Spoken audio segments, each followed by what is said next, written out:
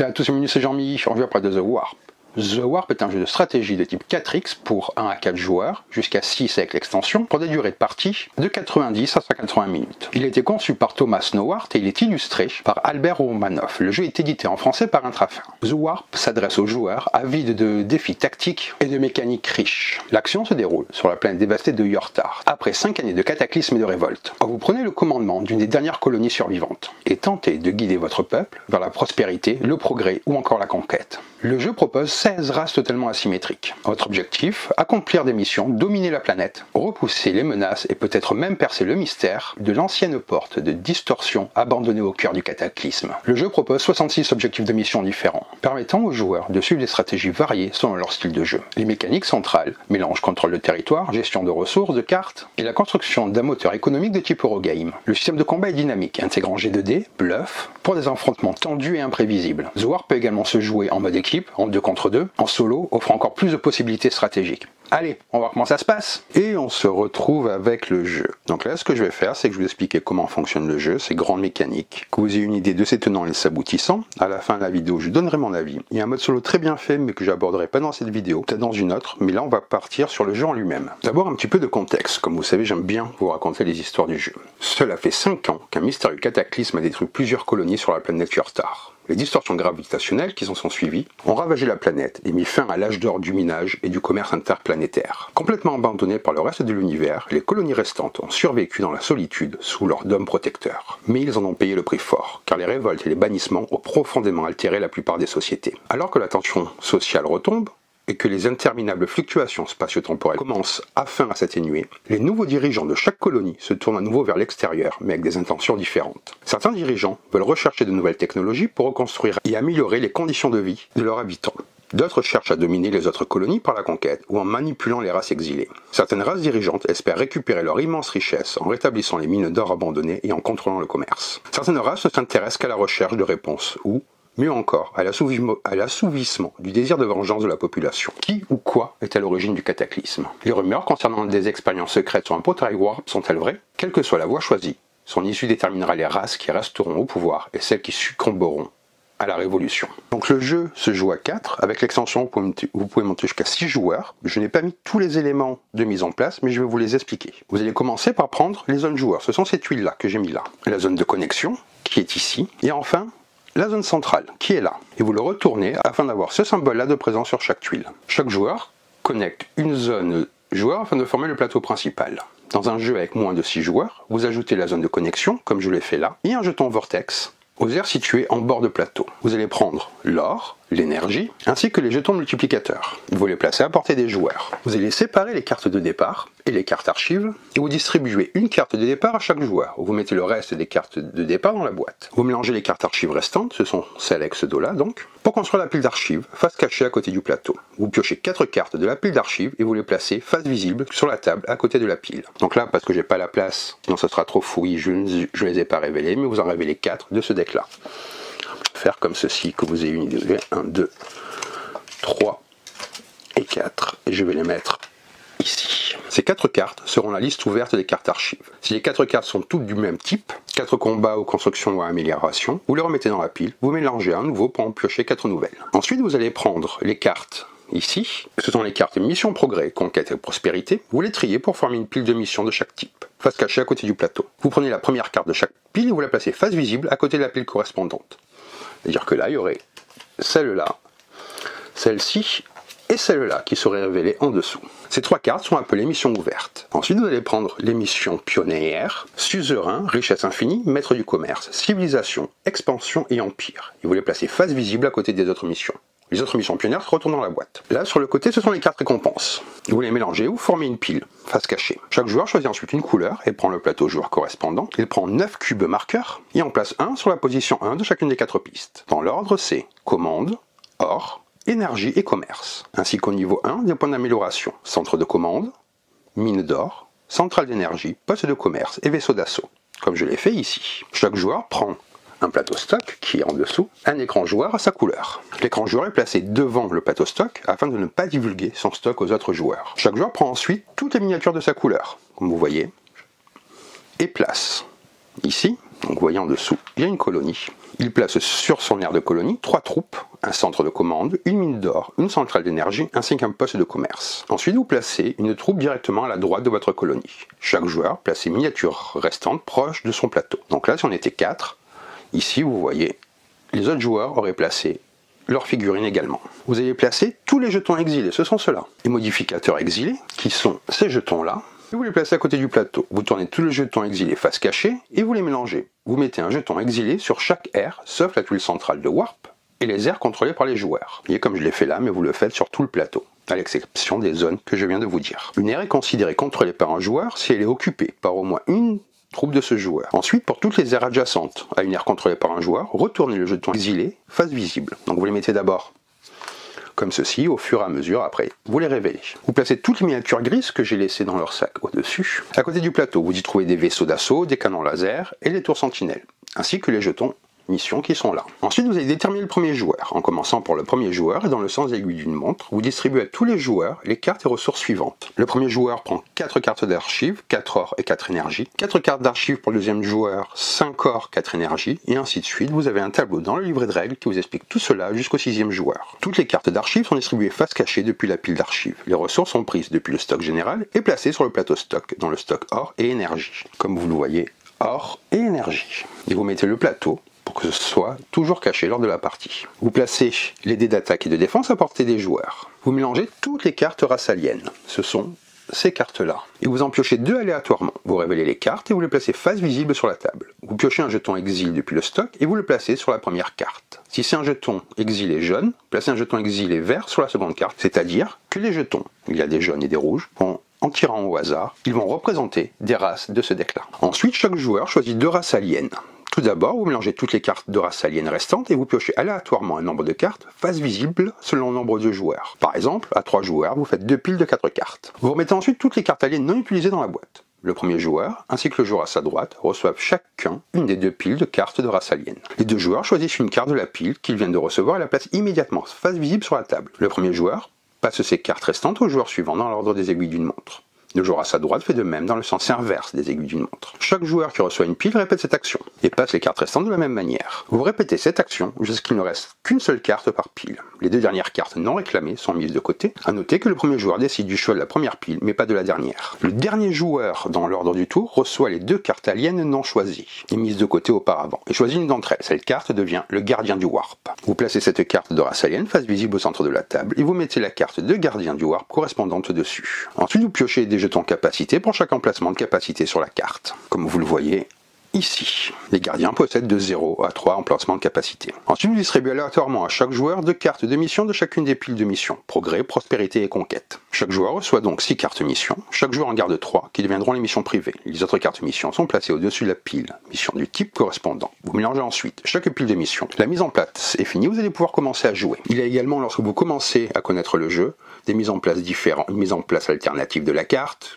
qui vous permet d'encore plus approfondir le jeu et ses ressorts stratégiques. Quel est donc l'objectif du jeu? The Warp est un jeu de type 4X. Exploration, expansion, exploitation, extermination. Pour 1 à 4 joueurs, situé sur une planète abandonnée. Vous choisissez 2 races parmi les 16 aliens uniques afin de mener votre colonie le long de chemins choisis. Progrès, conquête ou prospérité. Vous pouvez même essayer de prendre le contrôle des portes Warp secrètes et découvrir ce qui se cache derrière cette catastrophe. En complétant des missions, vous obtiendrez des points de mission. Et le joueur avec le plus de points de mission à la fin du jeu l'emporte. Vous aurez besoin de gérer vos ressources, conquérir des terres désolées et instables et faire face à des colonies rivales et des races exilées aux allégeances changeantes. Dans l'ordre des aiguilles d'une montre, les joueurs jouent chacun leur tour, jusqu'à ce qu'un joueur atteigne 9 points de mission. Ceci déclenche la fin du jeu, et les joueurs jouent 3 derniers tours entiers, pour 1 à 4 joueurs, ou 2 tours pour 5 à 6 joueurs, en commençant par le joueur de départ. À la fin de ces tours, le joueur avec le plus de points de mission remporte le jeu. Dans le cas d'une égalité, le jeu est remporté par le joueur ayant terminé le plus de missions. La victoire est partagée si le nombre de points de mission remportés et le nombre de missions terminées est égal. Comment se passe donc un tour de jeu? Le tour du joueur comprend 3 phases, à réaliser dans l'ordre suivant. Une phase de revenu, vous allez faire de l'extraction,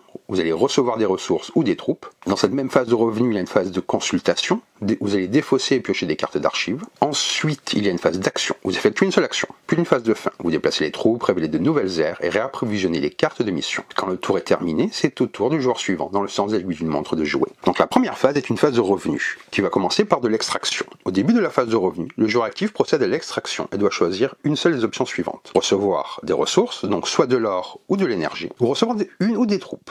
Ici, c'est la piste de commande.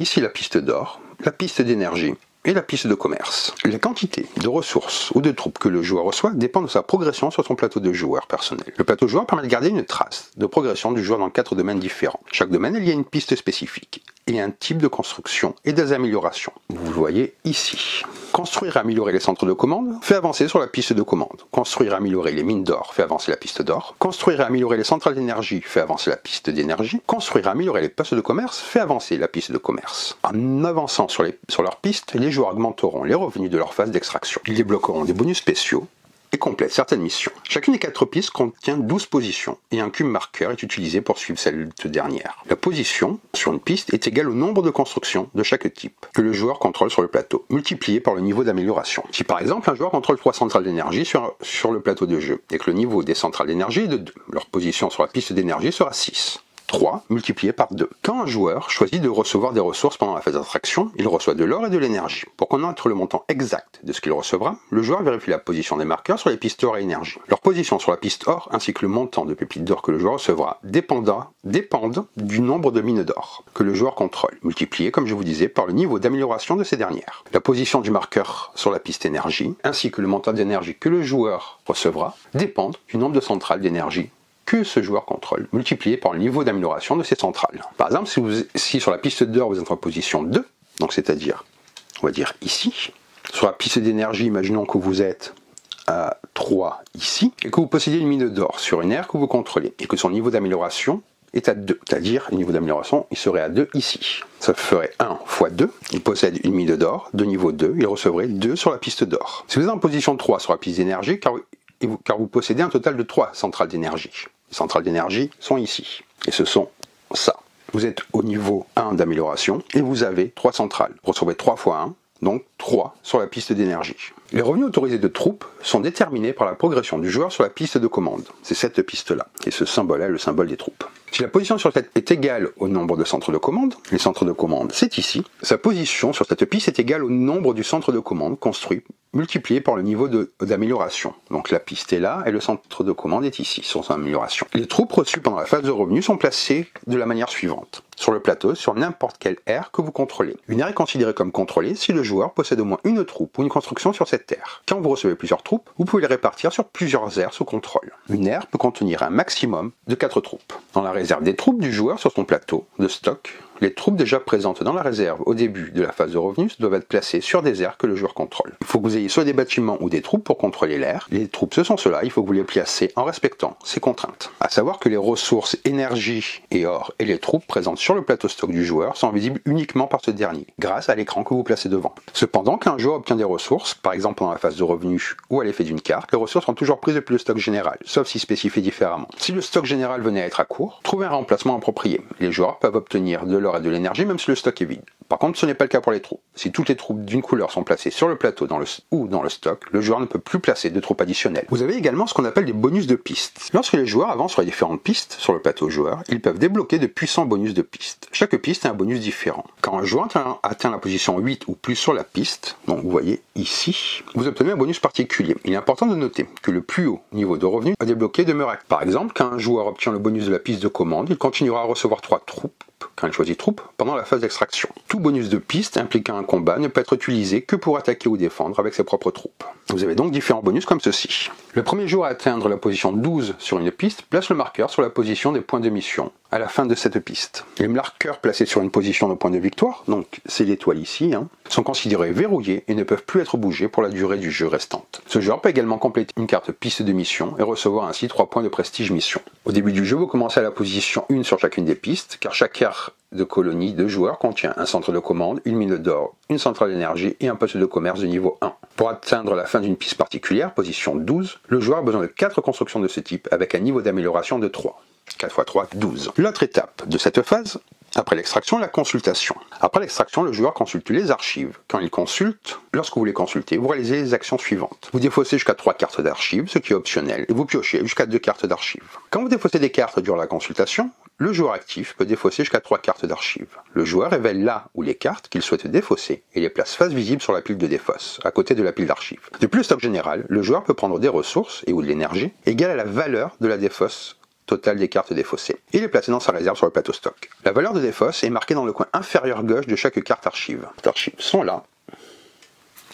Et ici, vous avez la valeur de défausse. Après la défausse optionnelle, le joueur doit piocher 2 cartes archives, s'il n'a pas atteint la limite de 8 cartes d'archives en main. Si le joueur possède 7 cartes d'archives, il ne pourra en piocher qu'une seule, due à la limite de cartes en main. Le joueur peut choisir de piocher des cartes d'archives de la pile d'archives face cachée ou parmi les 4 de la rivière, dans n'importe quelle combinaison. Si des cartes face visibles étaient prises, la rivière sera réapprovisionnée depuis la pile d'archives à la fin de l'étape de consultation. Si à un moment, les 4 cartes d'archives de la rivière sont toutes du même type, vous mélangez la pile de défausse et toutes les cartes de la rivière avec la pile d'archives, puis vous révélez 4 nouvelles cartes. Ensuite vient donc la phase d'action. Le joueur actif va choisir une action parmi les suivantes: développement, altération de terrain, puis ou attaque.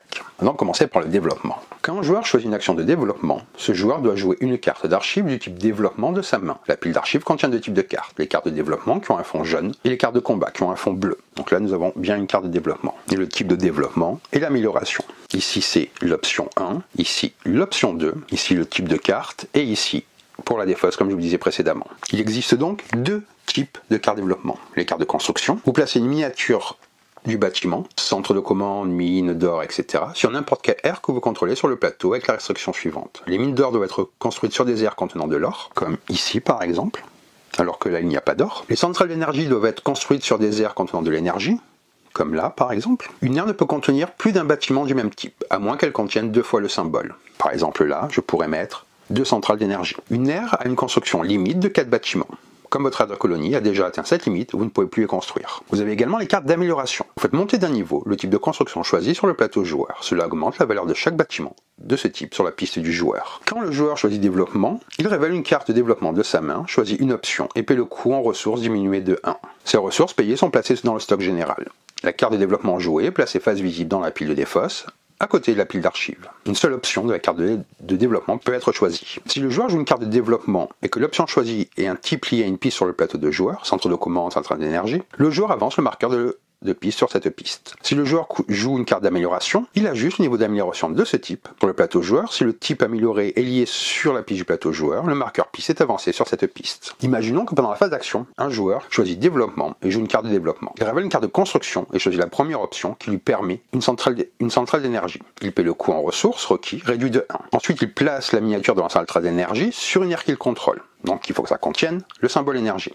Il y a juste le marqueur sur la piste d'énergie. La carte utilisée est placée face visible dans la défausse suite à cela. Après que le joueur actif ait utilisé l'action de développement, tous les autres joueurs peuvent choisir de suivre cette action et également de jouer une seule carte en développement de leur main. Amélioration ou construction. Quand ils décident de suivre, ils jouent n'importe quelle carte de développement de leur main, choisissant une option et payant le coût total en ressources. Tous les autres joueurs peuvent le faire simultanément. Si par cette action développement, une mission est achevée simultanément par plusieurs joueurs, la priorité est donnée au joueur actif, puis au suivant, dans le sens aiguille d'une montre. Un bonus est accordé au joueur actif sous forme d'un or ou d'une énergie, pour chaque autre joueur qui décide de suivre, avec un maximum de 3 ressources dans n'importe quelle combinaison. Les joueurs qui suivent ne sont pas limités par le type de développement de la carte jouée par le joueur actif. Cela signifie qu'un joueur qui suit peut jouer une carte de construction quand le joueur actif a joué une carte d'amélioration, et vice versa. Un petit récapitulatif des constructions et types d'amélioration que vous pouvez trouver sur les cartes. Certaines constructions et améliorations nécessitent une meilleure compréhension de la mécanique de jeu. Le centre de commande vous fait avancer sur la piste de commande. Il n'y a aucune restriction. Les mines d'or font avancer sur la piste d'or. Il faut que les aires contiennent de l'or. Centrale d'énergie, avancer sur la piste d'énergie.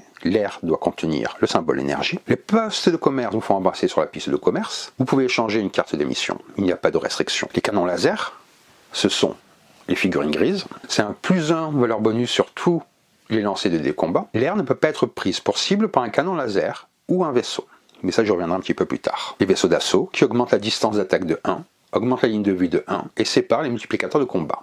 Ce sont également des figurines grises qu'il y a là-bas. En construisant et en améliorant les postes de commerce, les joueurs avancent donc sur la piste de commerce. La position sur la piste de commerce est déterminée par le nombre de postes de commerce construits, multiplié par le niveau d'amélioration. Vous retrouvez les postes de commerce ici. Une fois un poste de commerce construit, le joueur peut réaliser un échange de cartes de mission. Le joueur peut défausser une carte de mission privée, piocher 2 cartes de mission de la pile de son choix et en garder une seule. Le canon laser est une arme à longue portée qui permet à un joueur de détruire les troupes ennemies à distance et sans recourir à une action. Chaque canon laser que le joueur contrôle peut être activé par le joueur une seule fois pendant son tour, pendant n'importe quelle phase du combat. Le joueur choisit d'abord une aire cible. Donc, je vous rappelle, les aires, c'est comme ceci.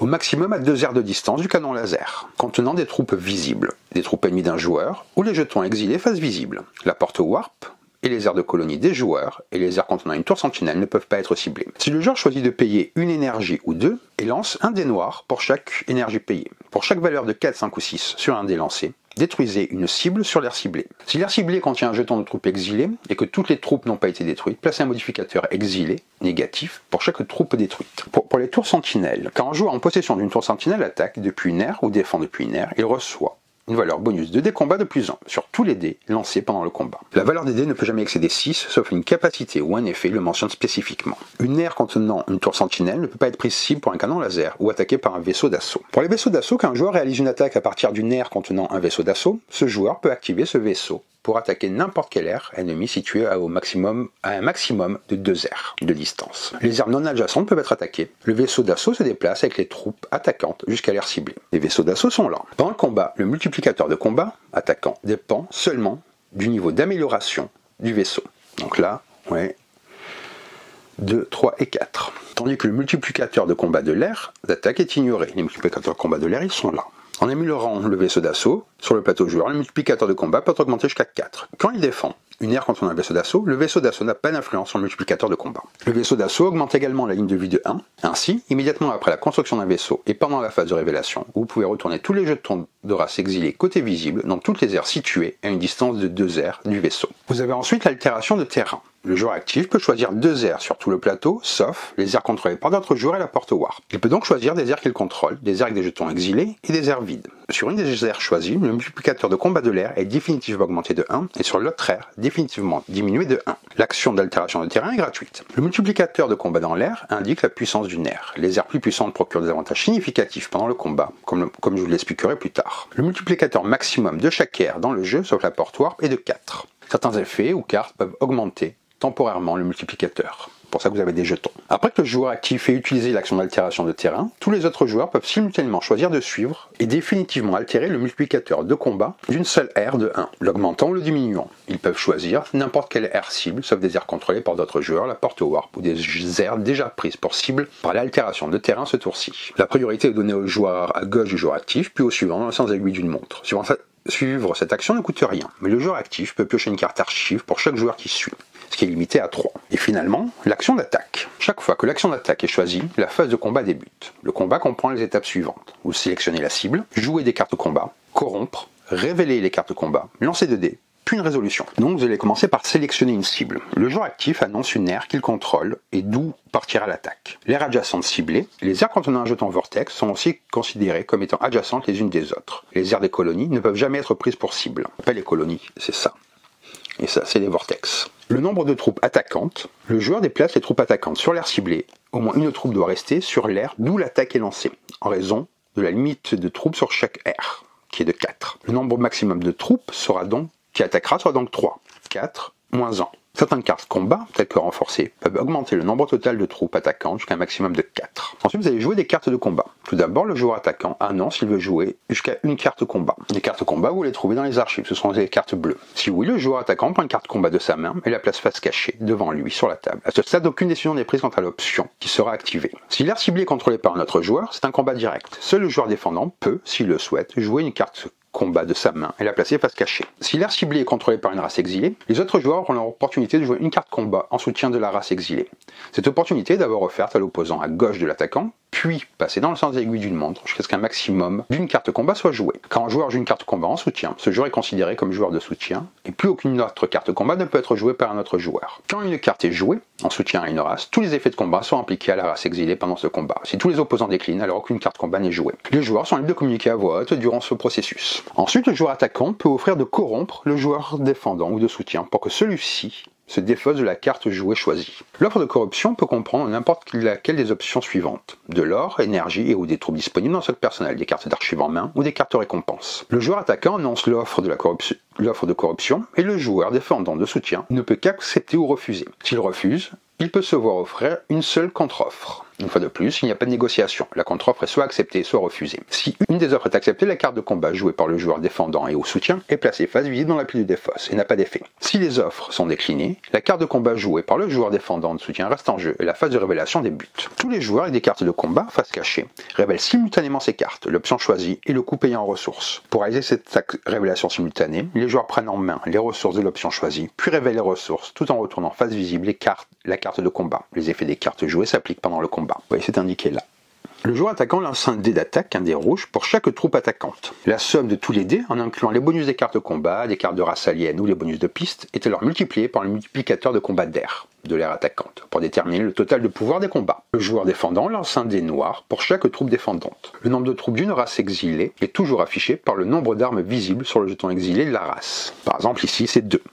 Le joueur qui soutient la race exilée, en jouant une carte, réalise tous les lancers de dés défensifs. Si aucune carte de soutien n'est jouée, le joueur à gauche de l'attaquant réalise tous les lancers de dés défensifs. La somme de tous les dés de défense est alors multipliée par le multiplicateur de combat d'air de l'air défendant, pour déterminer le total de pouvoir de combat et de défense. Aucune valeur de dés de combat ne peut excéder 6, même si des bonus, d'autres cartes ou d'autres sources s'appliquent. Il est possible de dépasser 6 seulement si un effet stipule clairement et précisément que la valeur maximum du dé de combat est supérieure à 6. Quand chacun des joueurs attaquants et défendants ont des bonus de combat, ils sont résolus un par un en alternant avec l'attaquant et le défendant. Ça peut être tel que relancer des dés de combat ou tourner des dés. Un joueur avec plusieurs bonus de combat venant de la carte de combat, carte de race, alien ou bonus de piste doit choisir l'ordre dans lequel ces bonus s'appliquent. Ensuite, vous faites une résolution. Si le pouvoir de combat d'attaque est inférieur au pouvoir de combat de défense, l'attaque échoue, les troupes attaquantes se retirent sur l'aire d'origine mais perdent une troupe durant ce processus. Cette troupe est remise dans le stock général. Le joueur défendant reçoit une carte récompense. Si une carte combat a été jouée en soutien de race exilée, le joueur de soutien reçoit 2 cartes récompense. Le pouvoir de combat d'attaque est égal au pouvoir de combat de défense. Les deux côtés perdent une troupe. Dans le cas où l'aire défendante est contrôlée par une race exilée, vous placez un modificateur exilé négatif sur l'aire pour marquer qu'il a maintenant une troupe en moins. Si une carte de combat a été jouée en soutien d'une race exilée, le joueur de soutien reçoit 2 cartes récompense. S'il n'y a plus de troupes défensives présentes et si l'attaquant a des troupes attaquantes restantes, le joueur attaquant conquiert l'aire et pioche une carte de récompense. Si le pouvoir de combat d'attaque est supérieur au pouvoir de combat de défense, l'attaque est réussie et toutes les troupes défendantes sont détruites. Toutes les constructions dans l'air conquises tombent sous le contrôle du joueur attaquant. Toutes les miniatures de centre de commande, de mines d'or, centrale d'énergie et postes de commandement sont remplacées par les mêmes miniatures mais de la couleur du joueur les contrôlant désormais.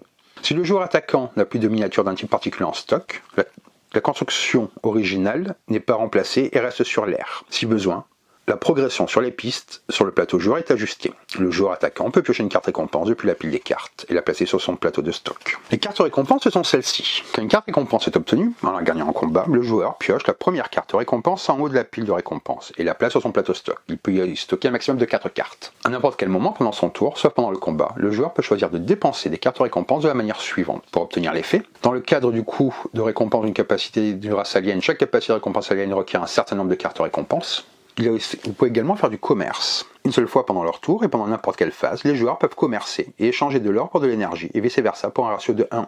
Le montant est cependant limité au nombre indiqué sur la piste de commerce du plateau joueur. Commercer ne nécessite pas d'action, vous voyez, c'est ici. Une fois que tout ceci est fait, il y a une phase de fin.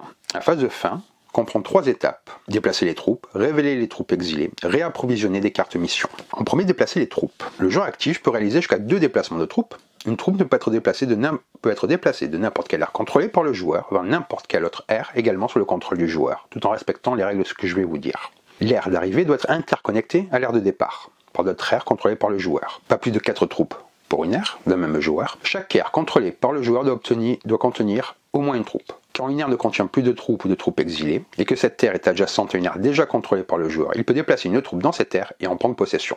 Cependant, le joueur ne reçoit pas de cartes récompenses, qui ne peuvent être obtenues qu'en gagnant en combat. Ensuite, vous allez révéler les troupes exilées, car je vous rappelle, au début de la partie on les place, il n'y a que ceux qui sont adjacents qui sont révélés, les autres sont cachés comme un brouillard de guerre. Si un joueur actif acquiert une aire ou se déplace vers une aire vide pendant son tour, alors pendant cette phase, toutes les troupes exilées sur des aires adjacentes sont révélées. Vous retournez face visible tous les jetons. Ensuite, vous allez réapprovisionner les cartes missions, car en effet, vous pouvez compléter des missions dans le jeu. The Warp comprend 15 cartes mission qui vous octroient un ou plusieurs points de mission si vous les complétez. Il y a 4 types différents: progrès, prospérité, conquête et pionnière. Mis à part les missions pionnières qui sont toujours libres et placées face visible sur la table, ces missions apparaissent à 2 endroits pendant le jeu. Les privés, 3 missions secrètes que chaque joueur choisit au début de la partie parmi un total de 6 cartes de mission. Et les ouvertes, ce sont 3 cartes missions aléatoires qui vont être placées face visible à côté du plateau. Les cartes mission se composent de la manière suivante. Ici, le nombre de points que ça rapporte, le nom de la mission et les conditions.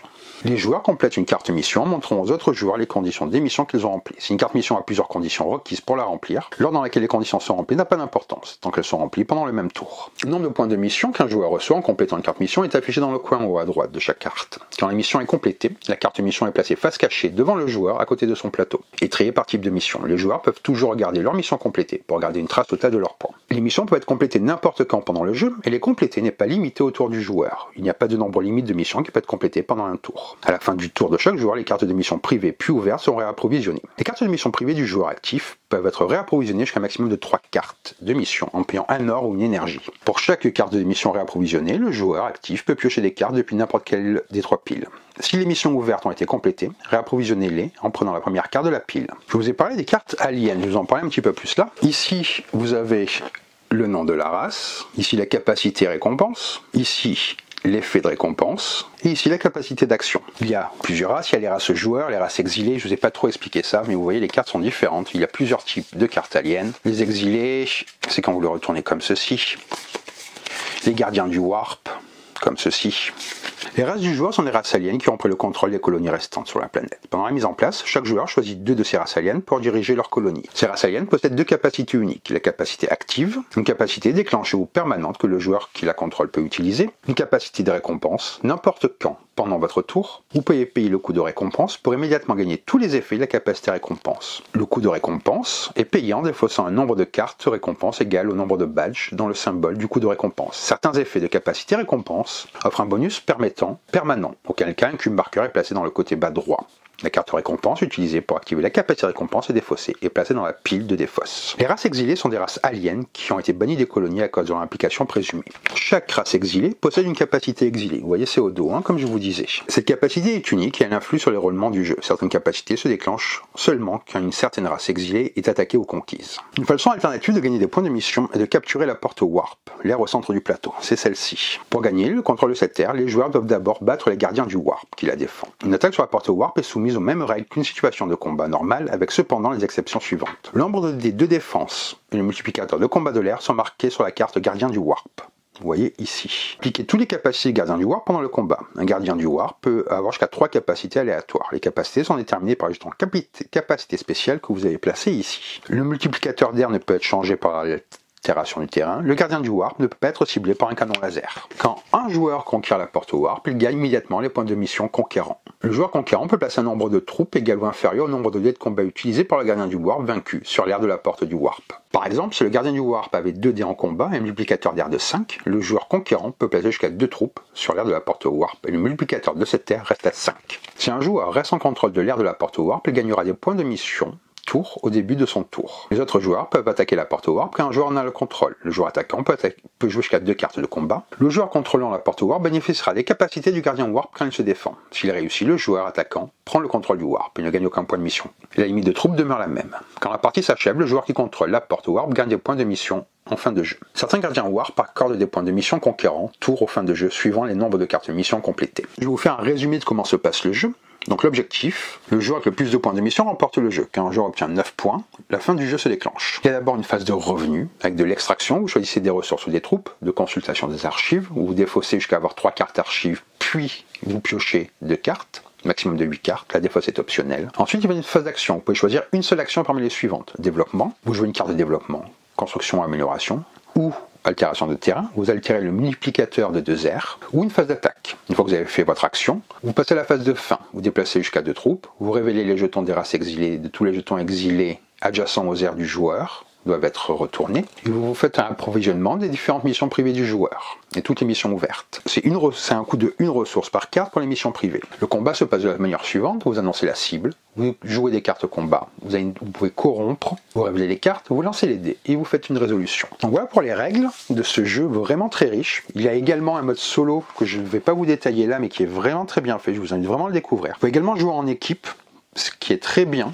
Donc après tout ça, je vais maintenant vous donner mon avis sur le jeu. Les jeux 4X constituent un genre exigeant, à la croisée des jeux de gestion, de stratégie et d'affrontement. The Warp, édité en France par Intrafine, relève ce défi avec une audace certaine. Ce jeu a rapidement attiré l'attention par sa capacité à offrir une expérience 4X complète, immersive et stratégique, tout en conservant une certaine fluidité dans ses mécaniques. L'une des premières qualités du jeu est sans doute son univers narratif. Là où certains jeux 4X s'appuient sur des thèmes génériques ou vaguement futuristes, The Warp plonge le joueur dans un monde marqué par la catastrophe et le chaos. La planète Urtar, dévastée après 5 années de conflits intenses, sert de toile de fond à une lutte acharnée entre 16 races extraterrestres, chacune avec ses propres motivations, sa culture et ses pouvoirs spécifiques. Le lore bien documenté dans les règles et le matériel confère une véritable profondeur au gameplay. Les décisions stratégiques prennent une dimension narrative, renforçant l'immersion. Le choix de permettre aux joueurs de combiner 2 races différentes en début de partie n'est pas qu'un simple gimmick. Il s'agit aussi d'une invitation à imaginer des alliances improbables ou des stratégies originales inscrites dans une histoire plausible où la survie est un art. Le matériel est un des points forts du jeu. Le plateau modulaire, composé de tuiles représentant différents types de terrains, est non seulement esthétique, mais aussi conçu pour une grande rejouabilité. Chaque tuile offre des opportunités stratégiques différentes, incitant à l'exploration ou au contrôle territorial.